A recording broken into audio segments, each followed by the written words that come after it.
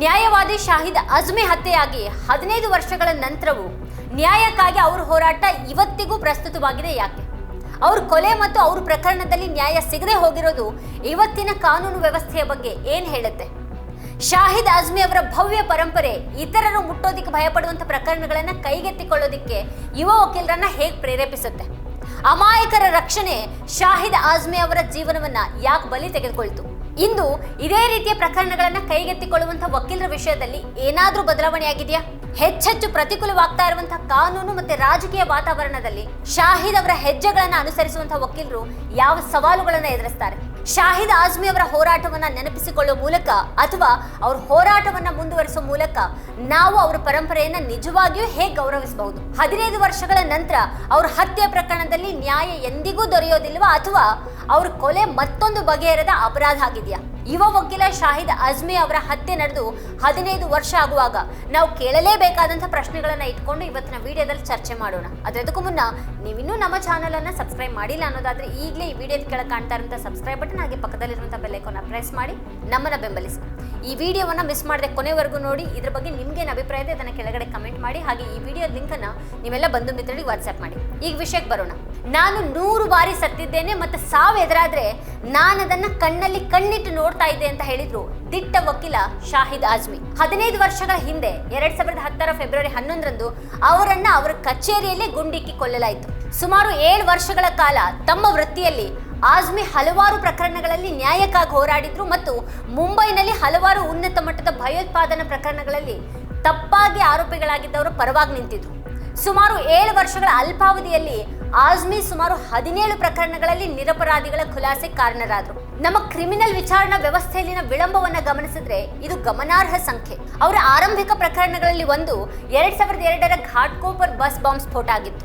ಭಯೋತ್ಪಾದನಾ ತಡೆ ಕಾಯ್ದೆ ಅಂದ್ರೆ ಪೋಟಾ ಅಡಿಯಲ್ಲಿ ಬಂಧಿಸಲ್ಪಟ್ಟಿದ್ದಂಥ ಆರಿಫ್ ಪನ್ವಾಲ್ ಅವರನ್ನ ನ್ಯಾಯಾಲಯ ಇತರ 8 ಜನರೊಂದಿಗೆ ಖುಲಾಸೆಗೊಳಿಸಿತು. ಇದು ಅಂತಿಮವಾಗಿ ಆ ಕಾನೂನನ್ನ ರದ್ದುಗೊಳಿಸೋದಕ್ಕೆ ಕಾರಣ ಆಯಿತು. ಸಮಾಜ ಮತ್ತೆ ಮತ ಮಾಧ್ಯಮಗಳಿಂದ ಕ್ರೂರ ವಿಚಾರಣೆಗೆ ಒಳಗಾಗ್ತಾ ಇರೋರನ್ನ ರಕ್ಷಿಸಬೇಕಾದಂತಹ ಡಿಫೆನ್ಸ್ ಕ್ರಿಮಿನಲ್ ವಕೀಲರಾಗಿರೋದು ಸುರಕ್ಷಿತ ಕ್ಷೇತ್ರ ಅಲ್ಲ. ಅಜ್ಮಿ ನೆನಪಿಗಾಗಿ ಅವರ ಹೆಸರಿನಲ್ಲಿ ಒಂದು ಚಲನಚಿತ್ರವನ್ನ ಕೂಡ ನಿರ್ಮಿಸಲಾಯಿತು. ಅವ್ರ ಹೋರಾಟದ ಹಿಂದಿನ ಪ್ರಮುಖ ಪ್ರೇರಣೆಯಾದಿದ್ದು ಯಾವ ತಪ್ಪಿಲ್ಲದೇನೆ ಸ್ವತಃ ಅವ್ರು ಅನುಭವಿಸಿದಂತಹ ಜೈಲು ಶಿಕ್ಷೆ. ಅನ್ಯಾಯವನ್ನ ಸ್ವತಃ ಅನುಭವಿಸಿದವರು ಹೆಚ್ಚು ತೀವ್ರತೆ ಮತ್ತು ಧೈರ್ಯದಿಂದ ನ್ಯಾಯಕ್ಕಾಗಿ ಹೋರಾಡ್ತಾರೆ.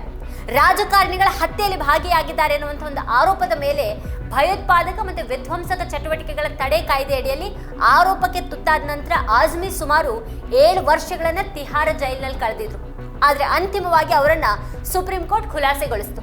ಅವರ ಕೆಲವೇ ಸಾರ್ವಜನಿಕ ಸಂದರ್ಶನಗಳಲ್ಲಿ ಒಂದರಲ್ಲಿ ಸ್ಫೋಟಗಳ ಬಲಿಪಶುಗಳ ಬಗ್ಗೆ ಅವರು ತಮ್ಮ ಭಾವನೆಗಳನ್ನು ಹಂಚಿಕೊಂಡಿದ್ರು. ಅವ್ರು ಏನ್ ಸಹಿಸ್ಕೊಂಡಿದ್ದಾರೆ ಅಂತ ಕೇಳಿದಾಗ ನನಗೆ ನೋವಾಗುತ್ತೆ, ಹೃದಯ ರಕ್ತಸಿಕ್ತವಾಗುತ್ತೆ ಅಂತ ಅವ್ರು ಹೇಳಿದ್ರು. ಇದೆಲ್ಲದರ ಹೊರತಾಗಿನೂ ಅಪರಾಧ ಬಾಂಬ್ ಸ್ಫೋಟ ಅನ್ನೋ ಕಾರಣಕ್ಕಾಗಿ ಮಾತ್ರ ನಿರಪರಾಧಿಯನ್ನ ಕಂಬಿಗಳ ಹಿಂದೆ ಅಥವಾ ಗಲ್ಲು ಶಿಕ್ಷೆಗೆ ಕಳಿಸೋದನ್ನ ನೋಡೋದಿಕ್ಕೆ ನನಗೆ ಯಾವತ್ತಿಗೂ ಸುಲಭ ಅಲ್ಲ ಅಂತ ಅವ್ರು ಹೇಳಿದ್ರು. ಶಾಹಿದ್ ಅಮೆರಿಕಾದ ಸಿವಿಲ್ ಮತ್ತೆ ಕ್ರಿಮಿನಲ್ ಡಿಫೆನ್ಸ್ ವಕೀಲ ರಾಯ್ ಬ್ಲಾಕ್ ಅವರ ಮಾತುಗಳಿಂದ ಬಹಳ ಸ್ಫೂರ್ತಿ ಮತ್ತೆ ಮಾರ್ಗದರ್ಶನವನ್ನ ಪಡೆದವರಾಗಿದ್ರು. ಅನ್ಯಾಯವನ್ನ ತೋರಿಸೋ ಮೂಲಕ ಅವ್ರು ನನಗೆ ನ್ಯಾಯವನ್ನ ಪ್ರೀತಿಸೋದಕ್ಕೆ ಕಲಿಸಿದ್ರು. ನೋವು ಮತ್ತೆ ಅವಮಾನ ಏನಂತ ನನಗೆ ಕಲಿಸುವ ಮೂಲಕ ಅವ್ರು ನನ್ನ ಹೃದಯದಲ್ಲಿ ಕರುಣೆಯನ್ನ ಜಾಗೃತಗೊಳಿಸಿದ್ರು. ಈ ಕಷ್ಟಗಳ ಮೂಲಕ ನಾನು ಕಠಿಣ ಪಾಠಗಳನ್ನ ಕಲ್ತಿದ್ದೀನಿ. ಪೂರ್ವಗ್ರಹದ ವಿರುದ್ಧ ಹೋರಾಡಿ, ದಬ್ಬಾಳಿಕೆ ಮಾಡೋರ ವಿರುದ್ಧ ಹೋರಾಡಿ, ದುರ್ಬಲರನ್ನ ಬೆಂಬಲಿಸಿ ಅನ್ನುವಂಥ ರಾಯ್ ಬ್ಲಾಕ್ ಅವರ ಮಾತುಗಳು ಶಾಹಿದ್ ಅಜ್ಮಿ ಅವರನ್ನ ಪ್ರೇರೇಪಿಸಿದ್ವು. ಆ ಮಾತುಗಳು ಅಜ್ಮಿ ಅವರನ್ನ ಎಷ್ಟರ ಮಟ್ಟಿಗೆ ಪ್ರೇರೇಪಿಸಿದ್ವು ಅಂತಂದ್ರೆ ಭಯೋತ್ಪಾದನೆಯ ಸುಳ್ಳು ಆರೋಪಗಳ ಮೇಲೆ ವರ್ಷಗಳ ಕಾಲ ಜೈಲಿನಲ್ಲಿ ಕಳೆದ ನಂತರ ಅವರು ಬ್ಲಾಕ್ ಅವರ ಹೆಜ್ಜೆ ಗುರುತುಗಳಲ್ಲಿ ನಡೆಯೋದಿಕ್ಕೆ ಮತ್ತೆ ಸ್ವತಃ ವಕೀಲರಾಗೋದಿಕ್ಕೆ ನಿರ್ಧಾರ ಮಾಡಿದ್ರು. ಅಜ್ಮಿ ಅವರು ಸಾಮಾನ್ಯ ವಕೀಲರಾಗಿರಲಿಲ್ಲ. ಅವರು ವ್ಯವಸ್ಥೆನ ಬಹಳ ಹತ್ತಿರದಿಂದ ನೋಡಿದ್ರು. ತಮ್ಮ ವಿರುದ್ಧದ ಎಲ್ಲ ಆರೋಪಗಳಿಂದ ದೋಷ ಮುಕ್ತರಾಗುವ ಮೊದಲು ಭಯೋತ್ಪಾದಕ ಆರೋಪಿಯಾಗಿ ನ್ಯಾಯಾಲಯದ ವಿಚಾರಣೆಗಳಿಗೆ ಹಾಜರಾಗಿದ್ರು. ಖುಲಾಸೆಯಾದ ನಂತರ ಕಾನೂನು ಅಭ್ಯಾಸ ಮಾಡಿದ ಕೆಲ ವರ್ಷಗಳಲ್ಲೇ ಎಲ್ರಿಗೂ ನ್ಯಾಯಕ್ಕಾಗಿ ತಮ್ಮ ಬದ್ಧತೆಯನ್ನ ಮೆರೆದಿದ್ರು. 2010 ಫೆಬ್ರವರಿ 11ರಂದು ರಾತ್ರಿ ಅವರನ್ನ ಮುಂಬೈನ ಕುರ್ಲಾದಲ್ಲಿರುವಂತಹ ಅವರ ಕಚೇರಿಯಲ್ಲೇ ಅಪರಿಚಿತ ವ್ಯಕ್ತಿಗಳು ಗುಂಡಿಕ್ಕಿ ಹತ್ಯೆ ಮಾಡಿದ್ರು. ದಾಳಿಕೋರರು ಸಂಭಾವ್ಯ ಕಕ್ಷಿದಾರರಂತೆ ನಟಿಸ್ತಾ ಬಂದಿದ್ರು. ಆ ಹೊತ್ತಿನಲ್ಲಿ ಅವರು 26/11 ಆರೋಪಿ ಫಹೀಮ್ ಅನ್ಸಾರಿಯ ಪರ ವಕಾಲತನ ವಹಿಸಿದ್ರು.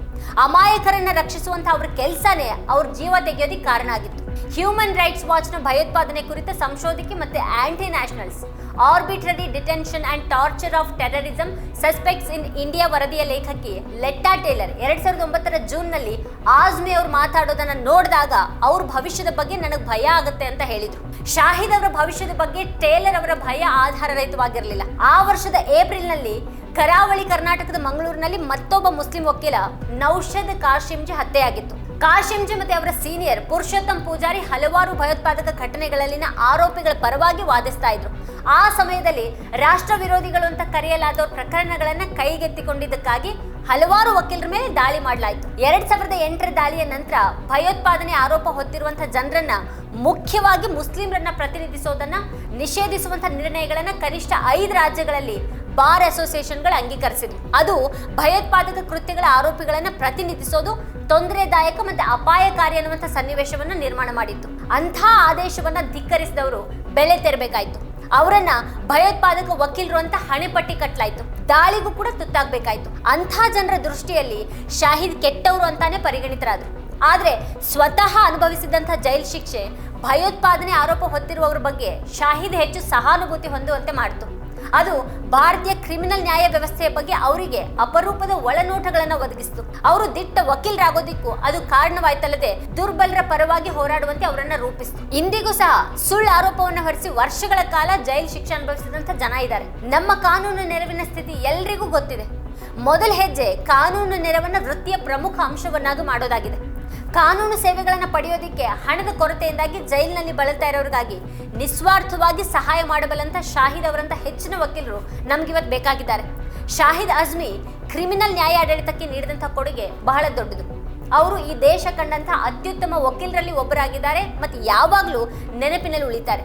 15 ವರ್ಷಗಳ ನಂತರನೂ ಶಾಹಿದ್ ಅಜ್ಮಿ ಅವರ ಹತ್ಯೆ ಪ್ರಕರಣದಲ್ಲಿ ಯಾರಿಗೂ ಶಿಕ್ಷೆ ಆಗಿಲ್ಲ. ನ್ಯೂಸ್ ಲಾಂಡ್ರಿ ವರದಿಯ ಪ್ರಕಾರ 2017 ಆಗಸ್ಟ್ನಲ್ಲಿ 4 ಪುರುಷರ ವಿರುದ್ಧ ಕೊಲೆ ಮತ್ತು ಕ್ರಿಮಿನಲ್ ಪಿತೂರಿಯ ಆರೋಪಗಳನ್ನು ಹೊರಿಸಲಾಯಿತು.